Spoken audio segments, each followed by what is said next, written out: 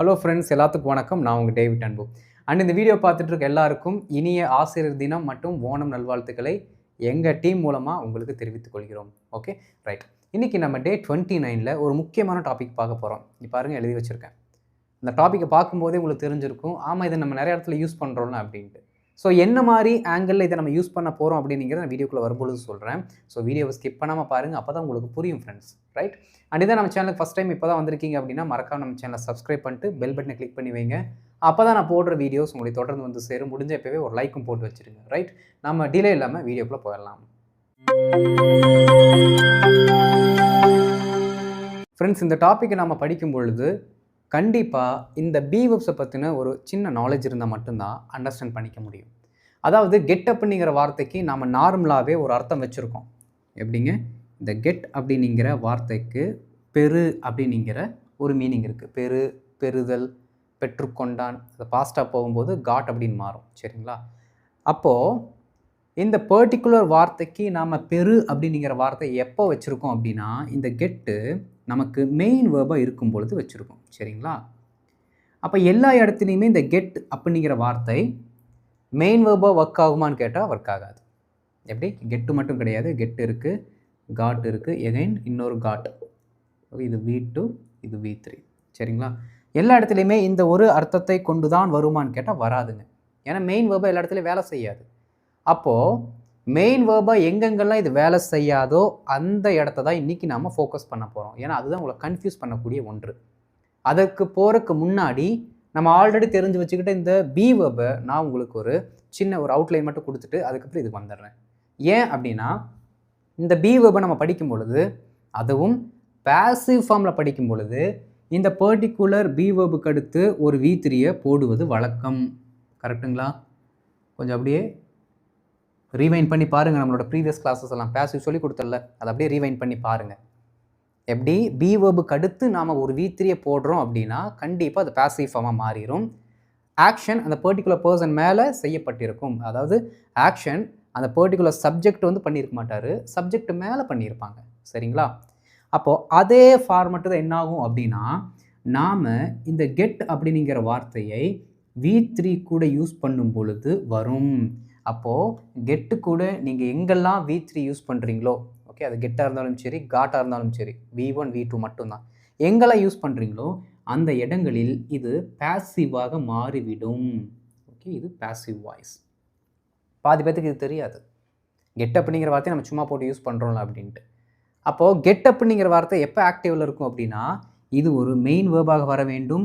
இதற்கு அடுத்து நீங்கள் ஒரு நவுன் யூஸ் பண்ணீங்க அப்படின்னா அது ஆக்டிவாக இருக்கும். எப்படி?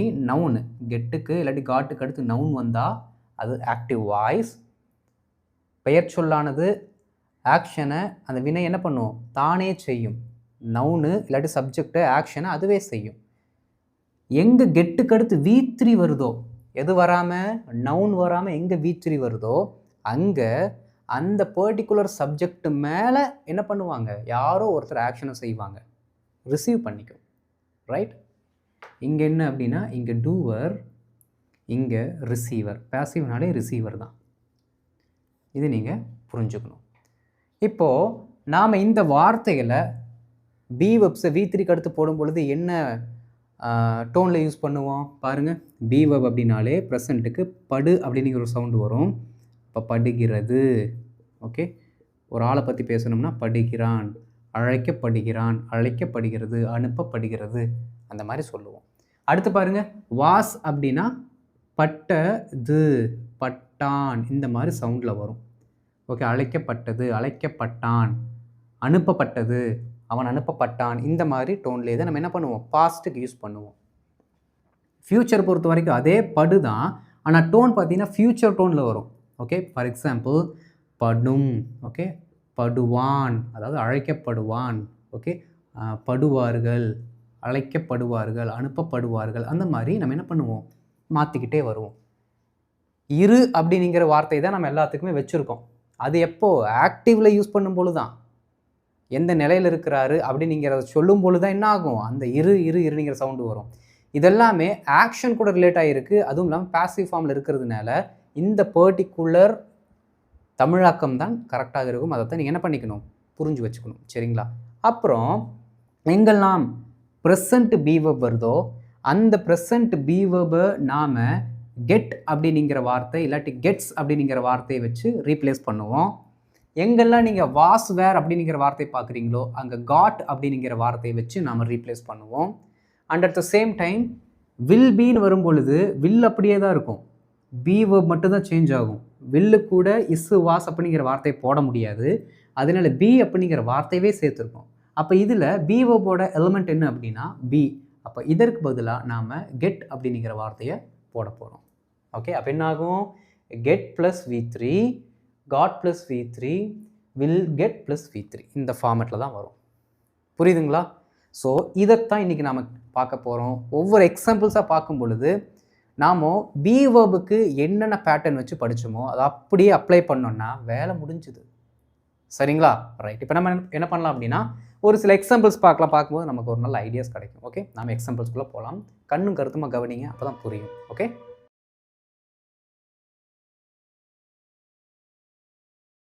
இப்போ ஒரு சில எக்ஸாம்பிள்ஸ் பார்க்கலாம். நமக்கு இந்த சென்டென்சஸ் எல்லாம் தெரியும், பாசிவ் எப்படி வரும் அப்படின்னு தெரியும். இதை தமிழில் பார்த்துட்டு இதை எப்படி நம்ம கெட் அப்படிங்கிற அந்த ஸ்ட்ரக்சர் கூட மேட்ச் பண்ணலாம் அப்படிங்கிறத நம்ம பார்க்க போகிறோம். சரிங்களா? பாருங்கள், the mail is delivered every morning. நார்மலாக இதோட ஸ்ட்ரக்சர் எப்படி இருக்கணும் அப்படின்னா சப்ஜெக்ட்டுக்கு அடுத்து கெட்டு வரணும், அதற்கு அடுத்து V3. அதாவது கெட்டு மட்டும் கிடையாதுங்க, கெட் ரிலேட்டடாக இருக்கக்கூடிய அந்த ஃபேமிலியில் இருக்க கெட்டு காட்டு எது வேணால் வரலாம். சரிங்களா? த mail is delivered every morning. இந்த பர்டிகுலர் சென்டென்ஸ்க்கு தமிழ் அர்த்தம் என்னென்னு சொல்லுங்கள் பார்க்கலாம். ஏன்னா ஆல்ரெடி நம்ம இதை படிச்சிருக்கோம். ஓகே, இதை நீங்கள் ஒரு ரிவிஷனாக கூட எடுத்துக்கலாம். இதற்கு என்ன அர்த்தம்? Try to find out the meaning from the English sentence. சும்மா ட்ரை பண்ணுங்கள், என்ன வருதுன்னு பார்ப்போம். அவ்வளோதான், சூப்பர்.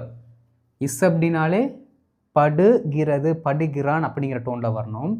இங்கே த மெயில் அப்படின்னு இருக்கு, இந்த மெயிலை நம்ம அது அப்படின்னு தான் சொல்லுவோம், அதனால படுகிறது அப்படிங்கிற அர்த்தத்தில் எடுத்துக்கணும். டெலிவர்ட் எவ்ரி மார்னிங், அப்போது தினமும் காலையில் மின்னஞ்சல் அனுப்பப்படுகிறது அப்படின்னு சொன்னால் முடிஞ்சு போச்சு. புரியுதுங்களா? எழுதலாமா? பாருங்கள். ஏன்னா எப்பயுமே இந்த பாசிவ் பொறுத்த வரைக்கும் எங்கே V3 வருதோ அதற்கு அடுத்து இருக்கிற அந்த பர்டிகுலர் வார்த்தையை நீங்கள் ஒன்று சென்டென்ஸோட பிகினிங்கில் போட்டுக்கணும், இல்லாட்டி சப்ஜெக்ட்டுக்கு அடுத்து போட்டுக்கணும். சரிங்களா? நம்ம என்ன பண்ணிக்கலாம், பிகினிங்லேயே என்ன பண்ணலாம் போட்டு தமிழில் எப்படி தமிழுக்கு டிரான்ஸ்லேட் பண்ணும்போது நான் சொல்லிகிட்டு இருக்கேன். சரிங்களா? வாங்க, எவ்ரி மார்னிங், அப்போது தினமும் காலையில். ஓகே, தினமும் காலையில் அஞ்சல், ஓகே, இல்லாட்டி செய்தி எது போட்டாலும் கரெக்டு தான். அஞ்சல்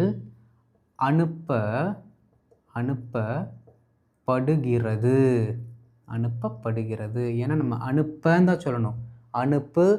அனுப்பிய அனுப்ப அப்படிங்கிறது தான் V3யில் வரும். சரிங்களா? அதனால் அந்த டோனில் வச்சு நம்ம சொல்கிறோம். பாருங்கள், தினமும் காலையில் அஞ்சல் அனுப்பப்படுகிறது. இது நமக்கு தெரிஞ்ச தமிழாக்கம். இப்போ என்ன பண்ணணும் அப்படின்னா இந்த பர்டிகுலர் சென்டென்ஸுக்கு இந்த மீனிங் கொடுக்குது பார்த்தீங்களா, இந்த வார்த்தையை நம்ம இன்னொரு ஆங்கிள்லையும் சொல்லலாம். எப்படின்னா இங்கே பாருங்கள், த மெயில் இஸ்ஸு தான் இருக்குது. அப்போது இஸ்ஸு வந்துச்சுன்னா அது ப்ரெசென்ட், அதனால் கெட் அப்படிங்கிற வார்த்தையை போடுங்க. இட்டுக்கு முன்னாடி யார் இருக்காங்க நீங்கள் பார்க்கணும். சிங்குலர் இருக்காங்களா கொடுக்கலாம், கெட்டுக்கு முன்னாடி யார் இருக்காங்க அப்படிங்கிறத பார்க்கணும். சிங்குலர் இருக்காங்களா இல்லை ப்ளூரல் இருக்காங்களா அப்படின்ட்டு. சிங்குலராக இருந்தால் நீங்கள் எஸ் சேர்க்கணும், ப்ளூரலாக இருந்தால் எஸ் சேர்க்க தேவையில்லை. இங்கே சிங்குலர் இருக்கனால நம்ம எஸ் சேர்த்துக்கலாம். சரிங்களா?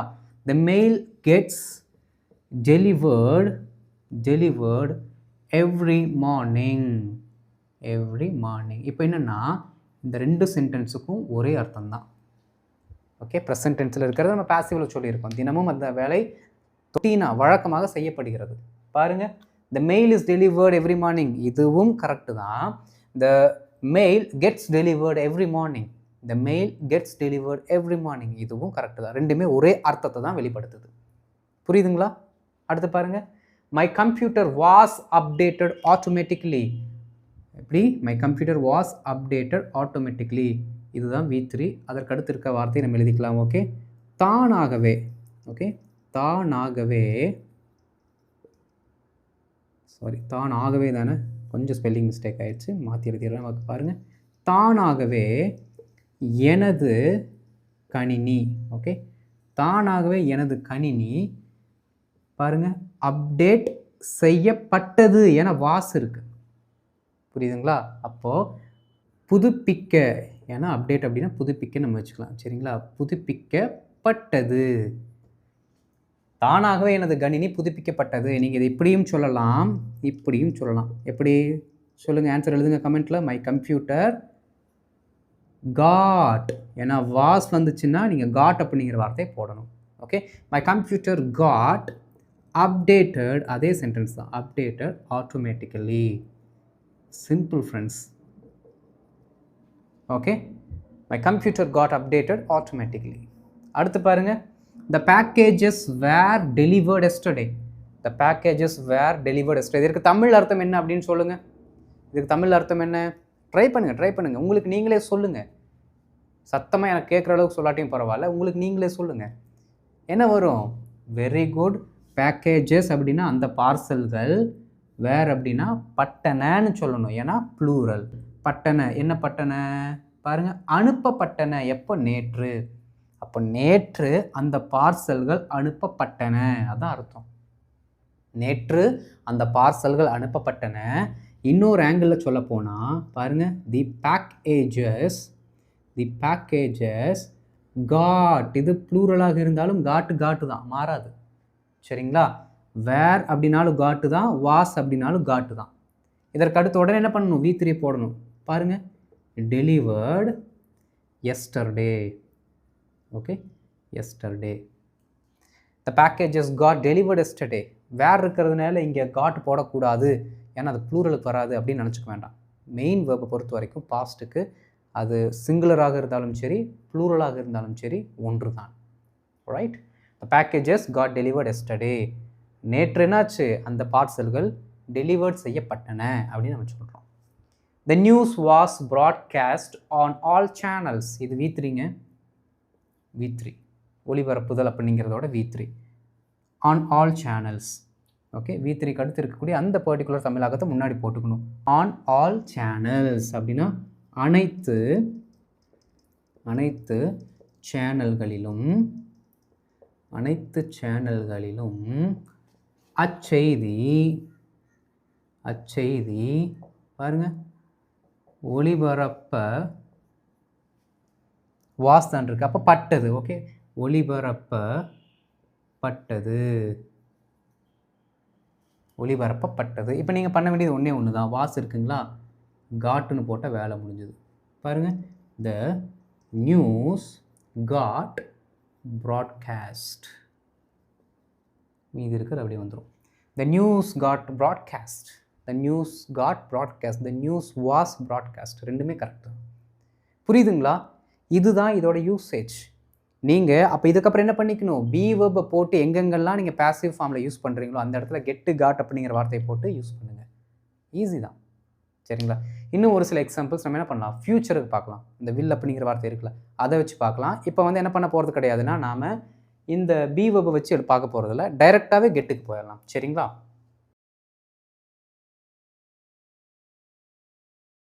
இப்போ அடுத்த செட் ஆஃப் எக்ஸாம்பிள்ஸ் எல்லாமே பாருங்களேன். இந்த எண்டு படும், படுவார்கள், படுவேன், இப்போ எல்லாமே ஃப்யூச்சரை நோக்கியே தான் இருக்குது. எதிர்காலத்தில் அந்த நிகழ்வு நடத்தப்படும் அப்படிங்கிறத நம்ம சொல்கிறோம். சரிங்களா? பாருங்கள், புது விதிகள் ஜனவரியில் அமல்படுத்தப்படும். ஓகே, புது விதிகள்னா என்ன? The new rules.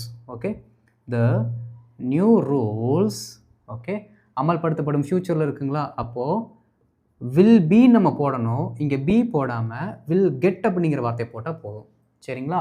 The new rules will get அமல்படுத்தப்படும். இப்போ அமல்படுத்த அப்படின்னா இம்ப்ளிமெண்டட் அப்படின்னு நம்ம சொல்லணும். சரிங்களா? இம்ப்ளிமெண்டட் எப்போ? ஜனவரிங்களா, அப்போ இன் ஜான்வரி. ஓகே, பாருங்கள், the new rules will get implemented in January. the new rules will get implemented, will be implemented. ரெண்டுமே கரெக்டு தான். ஓகே, எப்போ? இன் ஜான்வரி. ஏன் வந்து கெட்டை யூஸ் பண்ணுறோம் அப்படின்னா ரொம்ப கேஷுவலாக இருக்கும். ஓகே, ஃபார்மல் கிடையாது, ரொம்ப கேஷுவலாக இன்ஃபார்மலாக நம்ம பேசுகிறதுலாம் யூஸ் பண்ணிக்கலாம் இது. சரிங்களா? ரைட்.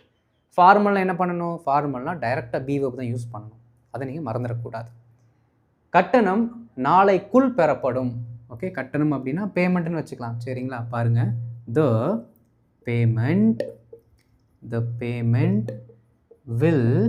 வில் வந்துட்டால கெட்டு போட்டுருங்க. அதற்கடுத்து V3. என்ன V3? பெறப்படும். அப்போது ரிசீவ் பண்ணுறது.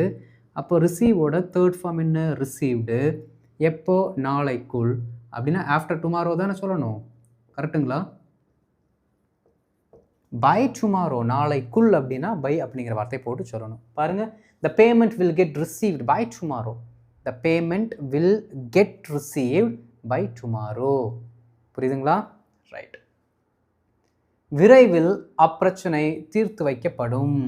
ஓகே, அப்பிரச்சனை, த ப்ராப்ளம் தீர்த்து வைக்கப்படும். ஃபியூச்சர். அப்போ கண்ணை மூடிட்டு வில் கெட்டுன்னு போடுங்க. வில் காட்டெல்லாம் வரவே வராது. வில்லுக்கு அடுத்து கெட்டு தான். அது வந்து ஃபிக்ஸ்டு, அது மாறவே மாறாது. ஃபியூச்சரை பொறுத்த வரைக்கும் என்ன நவுன் வந்தாலும், அது சிங்குலராக இருந்தாலும் சரி, ப்ளூரலாக இருந்தாலும் சரி, வில் கெட் அப்படிங்கிறது ஸ்டாண்டர்ட், மாறாது. Right. The problem will get resolved. Okay, will get resolved shortly. Soon அப்படின்னு சொல்லலாம். அதை விட ரொம்ப சீக்கிரம் அப்படின்னா ஷார்ட்லி அப்படிங்கிற வார்த்தையை நம்ம சொல்லலாம். சரிங்களா? இன்னும் ரொம்ப சீக்கிரத்தில் என்ன பண்ணிடுவோம், நாங்கள் அந்த பிரச்சனைக்கு ஒரு தீர்வு கொடுப்போம். அதை பாசிவ்ல சொல்லும் பொழுது தீர்வு காணப்படும், தீர்த்து வைக்கப்படும் அப்படிங்கிறத நம்ம சொல்கிறோம். பாருங்கள், த problem will get resolved shortly. The problem will be resolved shortly. ரெண்டுமே கரெக்ட். ஆசிரியர்கள் கொண்டாடப்படுவார்கள். ஆசிரியர்கள் கொண்டாடப்படுவார்கள். பாருங்கள், டீச்சர்ஸ். ஓகே, தன்னு போட்டுக்கலாம். த போட்டோம்னா அவங்களுக்கு ஒரு சூப்பரான மதிப்பு கொடுக்குற மாதிரி. ஏன்னா த அப்படிங்கிறது எப்படி யுனிக்காக ஒரு நல்ல மதிப்பை நம்ம கொடுக்கணும் அப்படின்னா, இல்லை ஸ்பெசிஃபிக்காக ஒருத்தவங்களை சொல்லணும் அப்படின்னா த அப்படிங்கிற வார்த்தை நம்ம யூஸ் பண்ணுவோம். ஓகே, த டீச்சர்ஸ் பாருங்கள் will get celebrated. Okay, formula சொல்லணும்னா வில் பி செலிப்ரேட்டட்னு சொல்லணும். ஓகே, இது கேஷுவலாக நம்மளோட எவ்ரிடே கம்யூனிகேஷன் சொல்லும்போது வில் கெட் செலிப்ரேட்டட். பாருங்கள், the teachers will get celebrated. Don't worry, today they are ignoring you, but very soon you will get celebrated. எப்படி? இன்றைக்கி எல்லோரும் உன்னை வந்து புறக்கணிக்கிறாங்க. You are being ignored. புறக்கணிக்கப்பட்டு கொண்டிருக்கிறாய். இந்த மாதிரி தான் வரும். சரிங்களா? எல்லோரும் உன்னையே புறக்கணிக்கிறாங்க. விரைவில் நீ வந்து கொண்டாடப்படுவாய். எல்லோரும் உன்னை கொண்டாடுவாங்க அப்படிங்கிறத பாசிவ்ல சொல்கிறோம். Okay, soon you will get celebrated by everyone. Soon you will get celebrated by everyone. இந்த மாதிரி தான் என்ன பண்ணுவோம் அப்படின்னா நம்ம இந்த வார்த்தையில் யூஸ் பண்ணுவோம். வில் பி போட்டாலும் சரி, வில் கெட் போட்டாலும் சரி, ஒரே அர்த்தம் தான். அவர்களுடன் நானும் அழைக்கப்படுவேன். அவங்கள கூப்பிடும்போது என்னையும் கூப்பிடுவாங்க அப்படிங்கிறத பாசிவ்ல சொல்கிறோம். சரிங்களா? அவர்களுடன் நானும் அழைக்கப்படுவேன். பாருங்கள், I will get invited. I will get invited with them. இல்லாட்டி அலாங் வித் தெம் சொன்னாலும் கரெக்ட் தான். பாருங்கள், I will be invited with them, I will get invited with them. ரெண்டுமே கரெக்ட். ஈஸியாக தானே இருக்குது. ரொம்ப காம்ப்ளிகேட்டடான சப்ஜெக்ட்லாம் கிடையாது. ரொம்ப ஈஸி. நீங்கள் ஒன்ஸ் அந்த பி வேர்பை நல்லா புரிஞ்சுக்கிட்டு ப்ராக்டிஸ் பண்ண ஆரம்பிச்சிருந்தீங்கன்னா இது ஒன்றுமே கிடையாது. கெட்டு நீ ஓரமான இல்லை, நீ எல்லாம் எனக்கு ஒன்றுமே இல்லை அப்படின்னு நீங்கள் சொல்லுவீங்க. புரியுதுங்களா? பாருங்கள், I will get invited with them. உங்கள் பயண பெட்டிகள் கவுண்டரில் சோதிக்கப்படும். அதான் செக் பண்ணுவாங்கன்னு அர்த்தம். சரிங்களா? எப்படி? உங்கள் பயண பெட்டிகள் கவுண்டரில் என்ன பண்ணுவாங்க? சோதிப்பாங்க அப்படின்னு நம்ம சொல்கிறோம். உங்கள் பயண பெட்டிகள் அப்படின்னா your luggages. Okay, your luggages பாருங்கள் வில் பி செக்டு, இல்லாட்டி will get checked.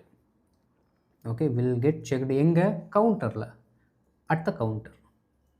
Okay, at the counter. முடிஞ்சது. பாருங்கள், your luggages will get checked at the counter. Your luggages, your baggages will get checked, will be checked. ரெண்டுமே correct தான். Okay, will get checked at the counter. புரிஞ்சுதுங்களா friends? போதுங்க, இந்த அளவுக்கு நீங்கள் தெரிஞ்சு வச்சுக்கிட்டாலே போதும். கிட்டத்தட்ட டே 29 வந்துட்டு பார்த்தீங்களா? இது வரைக்கும் நம்ம படித்த எல்லாத்தையுமே நீங்கள் கிறிஸ்டல் கிளியராக ப்ராக்டிஸ் பண்ணாலே போதும். உங்களோட எவ்ரிடே கம்யூனிகேஷன்ங்கிறது 100% பாசிபிள். Okay, right. ஸோ இந்த டாப்பிக்லேருந்து ஒரு சில ஹோம்ஒர்க்கை கொடுக்குறேன், ட்ரை பண்ணுங்கள். சரிங்களா? அண்டு மறக்காமல் என்ன பண்ணணும், நீங்கள் எல்லாத்துக்கும் ஆன்சர் எழுதணும். பாதி பேர் பார்க்குறீங்க, ஆன்சரே எழுதுறது கிடையாது. அட்டெம்ப்ட் பண்ணால் தான் நீங்கள் எழுதுகிற ஆன்சர்ஸ் எல்லாம் நம்ம போடுற ஆன்சர்ஸ் கூட கரெக்டாக இருக்கா அப்படிங்கிறத செக் பண்ண முடியும். நான் இப்போ ஆன்சர் குடுத்ததுனால இப்போ உங்களுக்கு என்ன ஆயிருச்சுன்னா, ஹோம்வொர்க்க பார்க்குறீங்க, ஆன்சரும் பார்க்குறீங்க, அப்பாடா! சேர்றா அப்படின்னு சொல்லிட்டு போயிடுறீங்க. அப்படி பண்ணக்கூடாது. ஹோம்வொர்க்க பார்த்துட்டு, நீங்க அட்டெம்ப்ட் பண்ணா தான், நீங்க எந்த அளவுக்கு அந்த பர்ட்டிகுலர் டாபிக்க புரிஞ்சு வச்சிருக்கீங்க அப்படிங்கிறத நீங்களே ஐடென்டிஃபை பண்ணிக்க முடியும் ஃபிரெண்ட்ஸ். புரியுதுங்களா? அதற்காகவாவது ஹோம்வொர்க் பண்ணுங்க. ஓகே. உங்களுக்கு பிடிக்காட்டியும் பரவால்ல. தயவுசெய்து எனக்காவது பண்ணுங்க. ஓகே. நான் உங்கள கெஞ்சி கேட்டுக்கிறேன். எனக்காவது ஹோம்வொர்க் பண்ணுங்க. ரைட்? இந்த வீடியோ பிடிச்சிருந்துச்சுன்னா மறக்காம லைக் பண்ணிட்டு மத்தவங்களுக்கு ஷேர் பண்ணுங்க. அண்ட் இதான் நம்ம சேனல்ல நீங்க ஃபர்ஸ்ட் டைம் வந்திருக்கீங்கன்னா, நீங்க பண்ண வேண்டியது நம்ம சேனல சப்ஸ்கிரைப் பண்ணிட்டு பெல் பட்டன கிளிக் பண்ணி வச்சுக்கோங்க. அப்பதான் நான் போடுற வீடியோஸ் உங்களுக்கு தொடர்ந்து வந்து சேரும். அடுத்த வீடியோல டே 30ல இன்னும் 2 நாள் தான் இருக்கு. கிளாஸ் முடிய போகுது. கோர்ஸே முடிய போகுது. சரிங்களா? அடுத்த வீடியோல ஒரு சூப்பரான டாபிக்கோட உங்கள வந்து மீட் பண்றேன். அதுவரைக்கும் இத நல்லா பிராக்டிஸ் பண்ணிட்டு இருப்பீங்கன்னு நான் நம்புறேன். ஓகே. Thank you.